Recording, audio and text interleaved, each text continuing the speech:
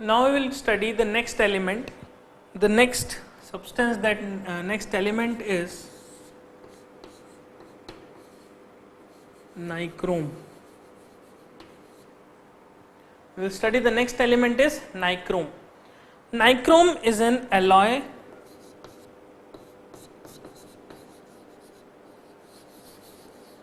of nickel and chromium. निकल और chromium का एक एलॉय है, उसे हम नाइक्रोम कहते हैं. अगर हम नाइक्रोम की कॉम्पोजिशन देखें, so nichrome consist of nickel, chromium, manganese and iron. Manganese and iron. nickel, the content of nickel is 60%, the content of chromium is around 12%, manganese is around 2% and iron is 26%. So nichrome एक alloy है. Alloy कैसे बनता है? आप metals को melt करके mix कर दीजिए और फिर उन्हें वापस जमा दीजिए, तो जो फॉर्म होगा, जो सब्सटेंस बनेगा, that is an alloy. This alloy contains these four metals: nickel, chromium, manganese and iron. Now, the speciality of this material is that it has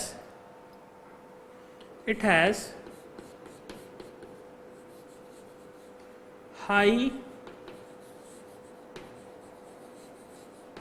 melting point. High melting point, that is 800 degree centigrade. And high resistivity. Resistivity बहुत ज़्यादा होती है और melting point भी बहुत ज़्यादा है, तो इसीलिए नाइक्रोम को भी हम यूज़ करते हैं. फिर आप कहेंगे कि नाइक्रोम की जब रेजिस्टिविटी ज़्यादा है, इसका मेल्टिंग पॉइंट ज़्यादा है, तो ये चीज़ तो टंगस्टन में भी है, तो फिर use tungsten. Why you are using nichrome as a special element? इसको अलग से क्यों यूज कर रहे हैं? इस एलॉय को बनाने में खर्चा लगेगा, फिर बनाने के बाद यूज करने में, तो इट्स बेटर यूज टंगस्टन. लेकिन this substance has one special thing, that it do not react with air when become hot. जब यह सब्सटेंस गर्म हो जाता है तब ये एयर से रिएक्ट नहीं करता. ये इसकी एक बहुत बड़ी खासियत है.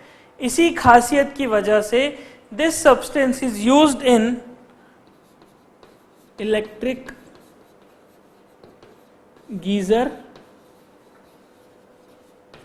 geysers, then electric toasters, electric iron and many other devices which are used for heating purpose. So ultimately क्या है? नाइक्रोम एक ऐसा एलिमेंट है जो कि 800 डिग्री सेंटीग्रेड जिसका मेल्टिंग पॉइंट है, जिसकी रेजिस्टिविटी बहुत ज्यादा है, और खास बात ये एयर से रिएक्ट नहीं करता. This is the most important thing कि ये एयर से रिएक्ट नहीं करता.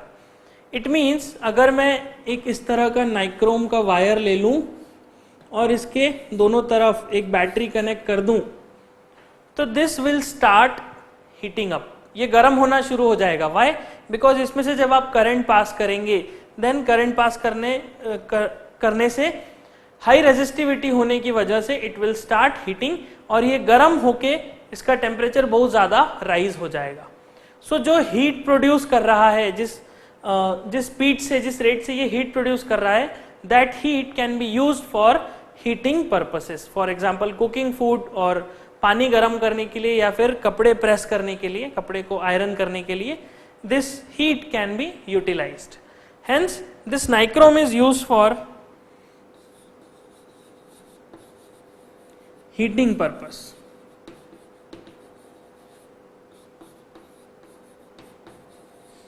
यह टोटली यूज आता है ऐसे डिवाइसेस में जो हीटिंग के लिए काम आते हैं. सो you can compare this nichrome with tungsten. देखिए हर एक एलिमेंट की, हर एक सब्सटेंस की अपनी एक स्पेशलिटी है, उस स्पेशलिटी की वजह से वह अलग अलग सब्सटेंस में यूज होता है, अलग अलग अप्लायंसेज में, डिवाइसेस में यूज होता है। नाइक्रोम की खासियत है कि ये हीटिंग के लिए यूज होता है बिकॉज ये एयर से रिएक्ट नहीं करता। दूसरी खास बात, जैसा टंगस्टन के साथ है, टंगस्टन गर्म होने पे लाइट एमिट करना शुरू कर देता है, लेकिन इसकी खास बात है कि नाइक्रोम गर्म होने पे किसी प्रकार की कोई लाइट एमिट नहीं करता, ये सिर्फ गर्म होता है, सिर्फ गर्म होकर बहुत सारी हीट प्रोड्यूस करता है, लाइट प्रोड्यूस नहीं करता। ओके, इसीलिए नाइक्रोम का यूज होता है, ना कि टंगस्टन का, फॉर हीटिंग पर्पस। तो जब भी हमसे ऐसा कहा जाए the substance which is use for heating purpose only, solely for heating purpose, then this is the nichrome. Nichrome की ये खासियत है। Okay, so this is the nichrome. The next substance which is common in electricity is constantan and manganin. Constantan और manganin, यह दो substances भी electricity में बहुत ज्यादा कॉमन है। दीज सब्सटेंसेस आर एलॉय, ये दोनों एलॉय होते हैं। Constantan is an alloy of copper, it contains 60% copper and nickel and it contains 40% nickel। Constantan क्या है? कॉपर और निकल का एक एलॉय है। कॉपर और निकल को मेल्ट करके मिक्स कर दिया और वापस जमा दिया, तो जो बना that substance is a alloy, that is constantan. और manganin is also an alloy. This manganin contains copper, manganese and nickel. It contains copper, manganese and nickel. This substance, this manganese contains almost 4% of nickel, 12% of manganese, and 4 plus 12 is 16. So rest, this 84% is copper. These two are alloys. Now, why they are used? They have some special property. Their property is that their resistivity is almost independent of temperature. यह दो substance ऐसे हैं जिनकी resistivity is almost independent of temperature. इनकी resistivity temperature पे depend ही नहीं करती। आप इसमें से कितना भी करंट पास करा लो, कितना भी ज्यादा इन्हें गर्म कर लो, इन्हें बहुत ज्यादा हीट भी कर लिया जाए, तब भी इनकी रेजिस्टिविटी चेंज नहीं होती। दूसरी खास बात, they have high melting point.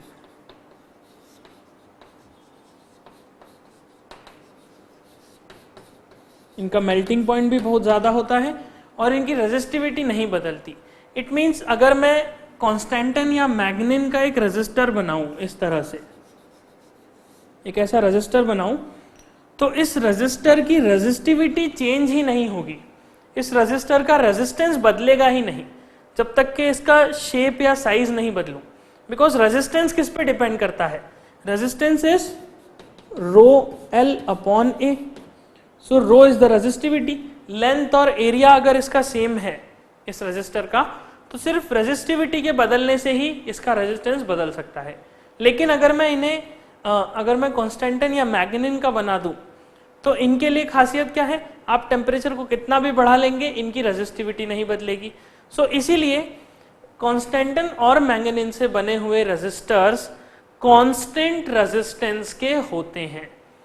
जो रेजिस्टर्स इन सब्सटेंस से बनते हैं उनकी रेजिस्टिविटी ज्यादा चेंज नहीं होती, उनका रेजिस्टेंस ज्यादा चेंज नहीं होता। That's why these substances are used to make standard resistors, standard resistors बनाने के काम आते हैं। आप जब लेबोरेटरी में जाएंगे फिजिक्स लैब में, तब आप देखेंगे वहां पे रजिस्टर्स रखे हुए होते हैं। Those resistors are made of constantan और मैंगनीज, बिकॉज इन सब्सटेंसेस को गर्म करने पे रेजिस्टेंस चेंज नहीं होगा। तो क्या करा, फैक्ट्री में मैंने एक रेजिस्टेंस बनाया। ओके, ये मैन्युफैक्चर होता है, इसके लिए बड़ी बड़ी प्लांट्स होते हैं जहाँ पे रजिस्टर्स बनते हैं। फॉर एग्जाम्पल, मैंने फैक्ट्री में एक रजिस्टर बनाया जिसका वैल्यू है 12 ओम्स। ओके, उस 12 ओम के रजिस्टर को लेट से मैंने एक्सपोर्ट कर दिया वेस्ट इंडीज में। वेस्ट इंडीज में गर्मी ज़्यादा है, वहाँ पे टेम्परेचर ज़्यादा रहता है, तो ज़्यादा गर्मी होने की वजह से उस 12 ओम के रजिस्टर की वैल्यू हो गई लेट से 16 ओम। ओके, टेम्परेचर बढ़ने से उसका रेजिस्टेंस बढ़ गया। सो मैंने उस रजिस्टर पे कितना लिखा, 12 ओम्स, लेकिन जब वो वहां पहुंचा तो उसकी वैल्यू हो गई 16 ohms.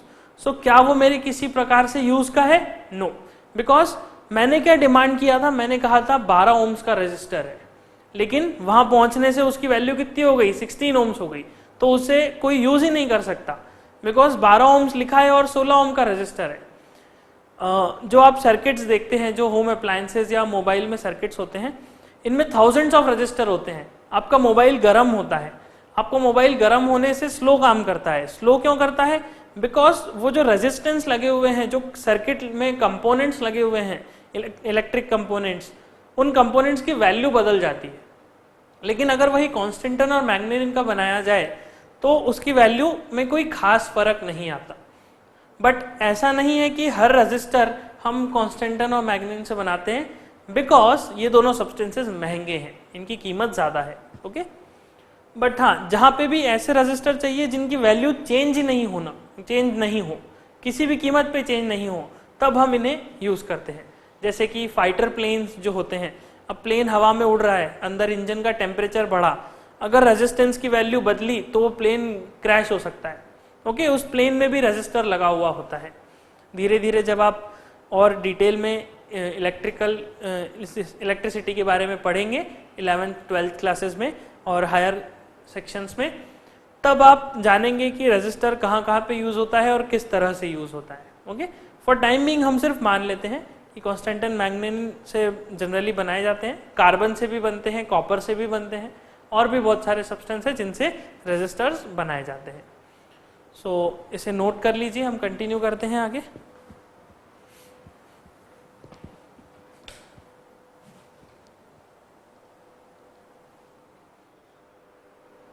Now let us learn the fourth substance which is common in electricity. The fourth substance is tin lead alloys. Tin lead alloys का मतलब ऐसे अलॉयज जो कि टिन और लेड से बनाए गए हैं।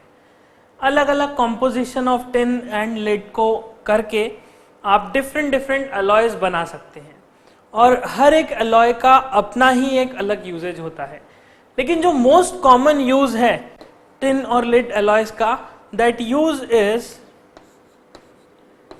Used as safety device. Safety device means used as fuse wire. It is used as fuse wire. Tin और लेड अलॉय जो होते हैं, इनका मैक्सिमम यूज होता है to make fuse wire, is used as a fuse wire because they have low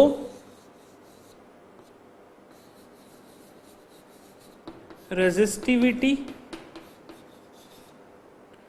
and also they have low melting point. What exactly tin and lead alloys have?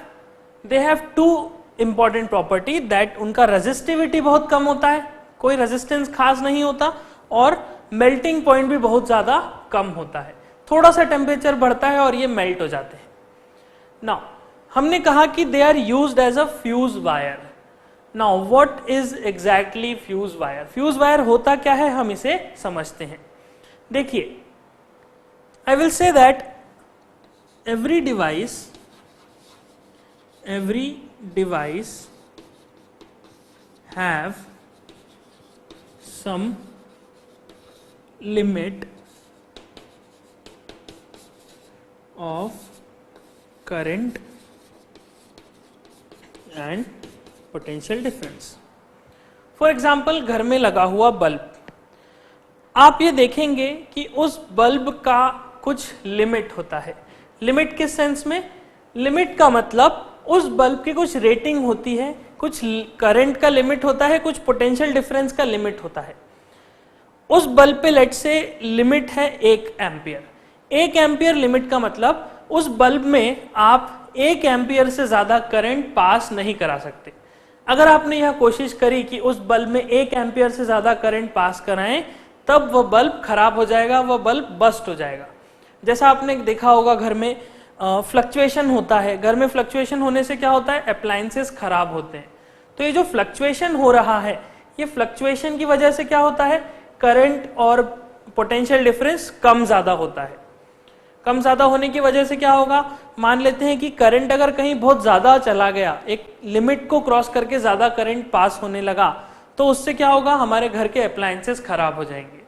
Because सभी appliances के साथ एक चीज होती है, सभी अप्लायंसेस पे कुछ रेटिंग दी हुई होती है। रेटिंग मतलब एक लिमिट दी हुई होती है कि इससे ज्यादा करंट आप उसमें पास नहीं करा सकते। अगर आपने एक लिमिट से ज्यादा करंट पास कराया तो ये अप्लायंस खराब हो जाएगा, ये अप्लायंस बस्ट हो जाएगा। To protect these appliances from getting bust, आपके पास 2 तरीके हैं। या तो आप उन अप्लायंसेस को इस तरह से लगाएं कि इस तरह के घर में लगाएं जहां पे फ्लक्चुएशन नहीं होता, जहां पे बिजली का, जहां पे इलेक्ट्रिसिटी का फ्लक्चुएशन ही नहीं होता। बट ऐसी जगह तो है नहीं, हम अपना घर तो कहीं शिफ्ट नहीं कर सकते, बिकॉज फ्लक्चुएशन तो हर जगह होगा। दिस इज इंडिया, इंडिया में फ्लक्चुएशन तो होना ही है। सो इसका मतलब हम ये चीज तो कर ही नहीं सकते कि अपना घर उठा के कहीं शिफ्ट कर दे, या फिर वो इलेक्ट्रिसिटी बोर्ड वालों से जाके झगड़ा करे कि फ्लक्चुएशन नहीं होना चाहिए, ऐसा कुछ। दूसरी चीज हम ये कर सकते हैं कि हम अपने डिवाइसेस को प्रोटेक्ट करने के लिए एक ऐसा डिवाइस लगा दें जो कि करंट बढ़ने पे या एक लिमिट क्रॉस होने पे हमें इंडिकेट कर दे कि करंट ज्यादा हो चुका है, now please switch off this device, इस डिवाइस को बंद कर दीजिए, इसे रोक दीजिए। फॉर एग्जाम्पल, पानी की टंकी में एक लेवल इंडिकेटर होता है। पानी जब एक लिमिट से ऊपर आता है तो क्या होता है?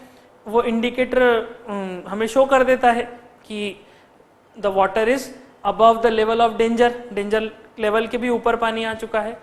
तो इस तरह का जो एक इंडिकेशन है, इस तरह का जो एक प्रोटेक्शन है, इसी प्रोटेक्शन को हम अप्लायंसेस में भी लगा सकते हैं। हम उस अप्लायंसेस में उन अप्लायंसेस में प्रोटेक्शन के लिए यूज करते हैं फ्यूज वायर। फ्यूज वायर क्या होता है? फ्यूज वायर एक सब्सटेंस है, एक ऐसा डिवाइस है जो कि एक लिमिट के ऊपर करंट को फ्लो होने नहीं देता, करंट को रोक देता है। फॉर एग्जाम्पल, लेट अस से मेरे पास एक बल्ब है, यह एक बल्ब है, एंड इसको मैंने एक बैटरी से कनेक्ट किया। इस तरह से मैंने इसे एक बैटरी से कनेक्ट किया। लेट अस से मेरे बल्ब की रेटिंग है 1 ampere. We will study this rating, ये रेटिंग क्या चीज होती है, but for time being just मान लेते हैं कि इस बल्ब की रेटिंग है 1 ampere. So this 1 ampere means 1 ampere is the maximum current that can flow.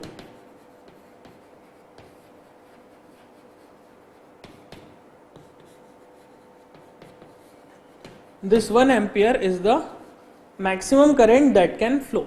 मतलब अगर मैंने इस बल्ब में 1 एम्पियर से ज्यादा करंट पास करा दिया तो ये बल्ब खराब हो जाएगा, दिस विल स्टॉप वर्किंग, ये बल्ब बस्ट हो जाएगा। लेकिन मैं ऐसा नहीं चाहता, क्योंकि अप्लायंसेस, जो होम अप्लायंसेस आप यूज करते हैं, टीवी, रेफ्रिजरेटर और एयर कंडीशनर, ये सभी डिवाइसेस काफी ज्यादा महंगे होते हैं, काफी ज्यादा कॉस्टली हैं, 10,000 20,000। तो इतनी महंगी चीज को खराब होते तो हम नहीं देख सकते, बिकॉज उसमें पैसे लगते हैं खरीदने में, तो ऐसे कैसे खराब होने दें। तो इसीलिए हम यूज करेंगे एक फ्यूज वायर। फ्यूज वायर कुछ इस तरह का दिखाई देता है। आप जब फ्यूज वायर को देखेंगे तो फ्यूज वायर का सर्किट आपको, फ्यूज वायर का सिंबल आपको इस तरह का दिखाई देता है।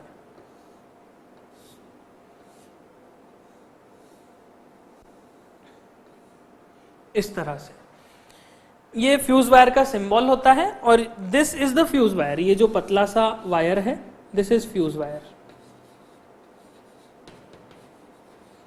Fuse wire is nothing but एक पतला सा तार होता है, बिल्कुल एक पतला सा कंडक्टर होता है जिसकी विड्थ बहुत कम होती है और जिसकी लेंथ भी बहुत ज्यादा कम होती है। That conductor is connected in this fuse wire is connected in series, याद रखिए, in series with bulb और your home appliance। हम क्या करते हैं, हम इस फ्यूज वायर को इस बल्ब के साथ कनेक्ट कर देते हैं। इस फ्यूज वायर को हमने कनेक्ट कर दिया लेट्स से यहां पे इस बल्ब के साथ कुछ इस तरह से।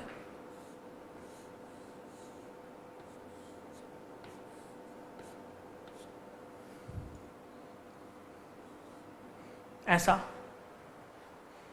नाउ अब क्या होगा, अब मुझे प्रोटेक्ट करना है बल्ब को, मुझे प्रोटेक्ट करना है कि करंट 1 एम्पियर से ज्यादा इस सर्किट में फ्लो नहीं हो पाए। मैं ऐसा चाहता हूं कि करंट 1 एम्पियर से ऊपर नहीं जा पाए। तो ये जो फ्यूज वायर होता है इसकी रेटिंग हमेशा करंट के टर्म्स में होती है। रेटिंग कैसे, मतलब जैसे आप बाजार में मोबाइल खरीदने जाते हैं तो आप मोबाइल खरीदने के लिए क्या बताते हैं, आपको कॉन्फ़िगरेशन कैसा चाहिए, आपको फ्लिप वाला चाहिए, आपको कीपैड वाला चाहिए, टच स्क्रीन वाला चाहिए, या फिर आपको सॉफ्टवेयर कैसा चाहिए, उसमें माइक्रोसॉफ्ट का सॉफ्टवेयर चाहिए या एंड्रॉयड चाहिए या एप्पल चाहिए, कौन सा सॉफ्टवेयर उसमें आप डिज़ायर करते हैं। तो ये सभी क्या है, ये सभी आपके मोबाइल फ़ोन की कॉन्फ़िगरेशन है, उस मोबाइल फ़ोन की रेटिंग्स हैं। ओके कि इसमें ये सॉफ्टवेयर डाला है, इतना अपग्रेडेड है, आप ये डिवाइसेस, ये एप्लीकेशन चला सकते हैं, इस तरह के डिवाइसेस को कनेक्ट कर सकते हैं। ये सारी चीज़ें क्या हैं, ये उस मोबाइल की रेटिंग है। उसी तरह से इस फ्यूज वायर की रेटिंग हमेशा करंट के टर्म्स में आती है। कैसे, फ्यूज वायर की रेटिंग होती है let's say 1 ampere, 2 ampere, 3 ampere and so on. इस तरह से अलग अलग करंट के टर्म्स में रेटिंग आती है। नाउ ये करंट के टर्म्स में रेटिंग क्यों आती है, let us understand this in circuit. देखिए मेरा एम है कि करंट 1 एम्पियर से ऊपर नहीं जाना चाहिए। 1 एम्पियर गया मेरा बल्ब खराब हो जाएगा। ओके मतलब 1 एम्पियर से ऊपर गया तब खराब हो जाएगा, 1 एम्पियर पे खराब नहीं होगा। सो हमने यहाँ पे एक वायर लगाया, एक फ्यूज लगाया, अ फ्यूज ऑफ 1 एम्पियर। हमने क्या करा, एक ऐसा फ्यूज लगा दिया 1 एम्पियर। नाउ इस फ्यूज की खासियत यह होती है, इस फ्यूज वायर की खासियत यह होती है कि अगर आपने इस फ्यूज वायर में से 1 एम्पियर का करंट पास करा दिया तो 1 एम्पियर के करंट पास होने से यह फ्यूज वायर मेल्ट हो जाएगा। ये फ्यूज वायर गर्म होगा और गर्म होने से ये फ्यूज वायर मेल्ट हो जाएगा और मेल्ट होने से ये कनेक्शन टूट जाएगा। So if 1 ampere current flows from this, कैसा हो जाएगा, ये कनेक्शन ऐसा ब्रेक हो जाएगा। तो ब्रेक होने से क्या होगा, ब्रेक होने से और करंट फ्लो ही नहीं हो पाएगा। तो अगर और करंट फ्लो ही नहीं होगा तो हमारा बल्ब बचा रहेगा।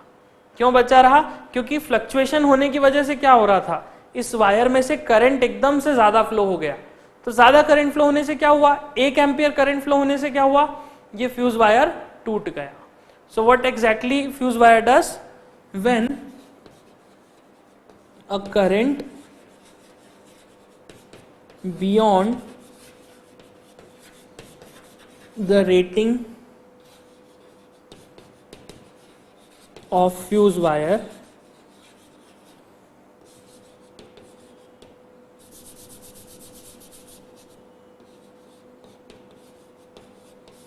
flows from it,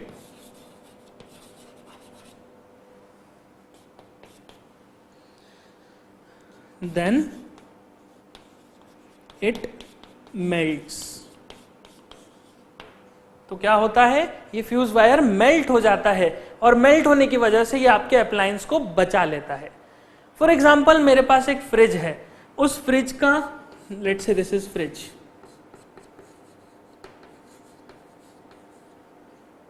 इस फ्रिज की रेटिंग है, लेट्स से इस फ्रिज की रेटिंग है 2 एम्पियर्स। तो 2 एम्पियर्स रेटिंग मतलब इस फ्रिज में से 2 एम्पियर से ज्यादा करंट पास हुआ तो ये फ्रिज खराब हो जाएगा, लेकिन मैं इसे खराब नहीं होने देना चाहता बिकॉज ये काफी महंगा है। तो मैं क्या करूंगा, मैं इसके साथ एक फ्यूज वायर लगा दूंगा और उस फ्यूज वायर की रेटिंग भी कितनी लगा दूंगा, इस तरह से एक फ्यूज वायर लगा दूंगा जिसकी रेटिंग कितनी है 2 एम्पियर्स। तो अब अगर इस सर्किट में 2 एम्पियर से ज्यादा करंट फ्लो हुआ तो क्या होगा, 2 एम्पियर से ज्यादा करंट फ्लो होने से ये फ्यूज वायर बस्ट हो जाएगा, ये खत्म हो जाएगा, मेल्ट हो जाएगा और ये कनेक्शन इस तरह से टूट जाएगा। और अगर कनेक्शन टूट गया तो फर्दर करंट फ्लो नहीं हो सकता, फर्दर करंट फ्लो नहीं होगा तो वो मेरे फ्रिज को प्रोटेक्ट करके रखेगा, क्योंकि अगर करंट सडनली राइज हो गया तो मेरा फ्रिज खराब हो सकता था, इसीलिए मैंने ये चीज लगा दी। ओके नाउ, ये तो क्या बात हुई इसके लो मेल्टिंग पॉइंट की, लेकिन लो रेजिस्टिविटी कैसे काम आ रही है। देखिए हम क्या कर रहे हैं, हम इस फ्यूज वायर को हमारे डिवाइस के साथ सीरीज में कनेक्ट कर रहे हैं। तो जब मैं एक ऐसे डिवाइस को जिसका कुछ रेजिस्टेंस है, एक रेजिस्टेंस को किसी डिवाइस के साथ कनेक्ट करूंगा तब क्या होगा, तब इस सर्किट का ओवरऑल रेजिस्टेंस बढ़ जाएगा, क्योंकि आपने अप्लायंस का तो रेजिस्टेंस है ही, फिर आपने फ्यूज वायर लगाया, उस फ्यूज वायर का भी रेजिस्टेंस है, तो ओवरऑल सर्किट का रेजिस्टेंस बढ़ जाएगा। रेजिस्टेंस बढ़ने से इस सर्किट में करंट कम फ्लो होगा, पोटेंशियल डिफरेंस कम हो जाएगा और उसकी वजह से अप्लायंस का प्रॉपर वर्किंग नहीं होगी। तो इसीलिए हम क्या करते हैं, हम फ्यूज वायर ऐसा यूज करते हैं जिसका रेजिस्टिविटी कम हो। रेजिस्टिविटी कम होने से क्या होता है, इसका रेजिस्टेंस बहुत कम है, तो बहुत कम रेजिस्टेंस से कोई खास फर्क नहीं पड़ेगा, थोड़ा सा माइन्यूट चेंज आएगा लेकिन बहुत हैवी चेंज नहीं आएगा। फॉर एग्जाम्पल अगर आपके डिवाइस का रेजिस्टेंस है लेट्स से 10,000 ओम्स, तो फ्यूज वायर का रेजिस्टेंस होता है लगभग 2 ओम्स और 3 ओम्स।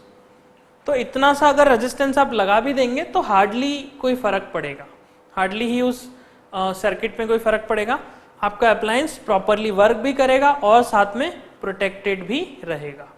तो इस वजह से फ्यूज वायर को यूज करना आवश्यक है। आप देखेंगे घर में आपके हर एक लाइन के साथ फ्यूज वायर जरूर कनेक्टेड रहता है। एक छोटी सी इतनी पतली सी एक ट्यूब आती है, लगभग इतनी बड़ी, और इससे थिन होती है, बिल्कुल ग्लास से कवर्ड रहती है, उसके अंदर फ्यूज लगा हुआ होता है। Okay, just observe in your home, आप देखेंगे। So this is what about the tin and lead alloys. The next we will learn about the last substance. This was 4th, so 5th one is copper and aluminium. No, copper and aluminum. Copper and aluminum have low resistivity. इनकी resistivity कम होती है और resistivity कम होने की वजह से used for transmitting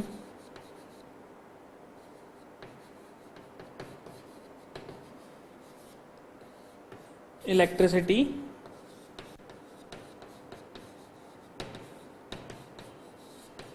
to long distances.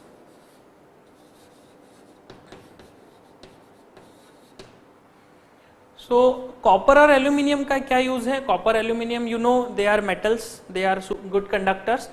सो इन दोनों सब्सटेंसेस की रेजिस्टिविटी कम होती है, इसीलिए इन्हें यूज किया जाता है लॉन्ग डिस्टेंस तक इलेक्ट्रिसिटी ट्रांसफर करने के लिए।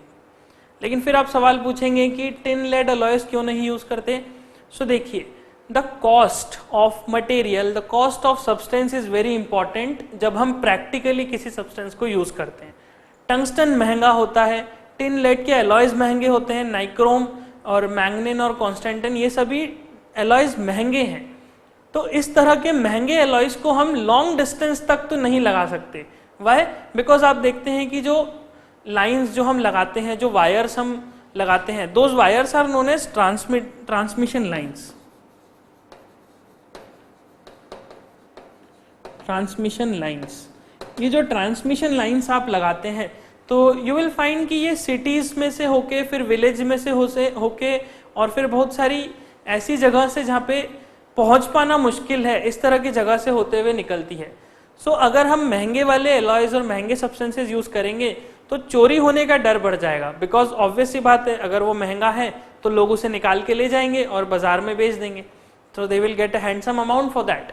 सो इसीलिए हम ऐसे सब्सटेंस यूज करेंगे जो कि कॉस्ट इफेक्टिव हैं, जो बहुत ज्यादा महंगे नहीं हैं, because if you try to transmit electricity to thousands of kilometres तो you need thousands of crores of investment. So इतना ज्यादा इन्वेस्टमेंट ऑलरेडी लग रहा है, और साथ में अगर हम ट्रांसमिशन लाइन भी बहुत अच्छे सब्सटेंस की ले लेंगे so it will not be cost effective. इसीलिए प्रैक्टिकली जब हम यूज करेंगे किसी डिवाइस को तो कॉस्ट इफेक्टिवनेस देखना आवश्यक होता है। हेंस लंबे डिस्टेंस तक अगर हमें ट्रांसमिट करना है इलेक्ट्रिसिटी तो कॉपर या एल्यूमिनियम का यूसेज ही बेटर होता है। क्यों? बिकॉज इनकी रेजिस्टिविटी कम है, हालांकि दूसरे सब्सटेंसेस भी होते हैं, but again the cost come in picture. So cost की वजह से मोस्टली तो कॉपर ही यूज होता है, एल्यूमिनियम थोड़ा और ज्यादा महंगा हो जाता है, इसीलिए कभी कभी एल्यूमिनियम यूज करते हैं, लेकिन मैक्सिमम जो यूज होता है वो कॉपर। तो आप जब देखेंगे तो वो ट्रांसमिशन लाइंस जो बनी रहती हैं दे कंटेन्स मल्टीपल लाइंस, उसमें बहुत सारे धागे होते हैं, बहुत सारे तार डले हुए होते हैं। अगर उसे सामने से देखा जाए तो वो कुछ इस तरह की दिखती है, ऐसा क्रॉस सेक्शन सर्कुलर, और इसके अंदर आपको बहुत सारे वायर्स दिखाई देते हैं।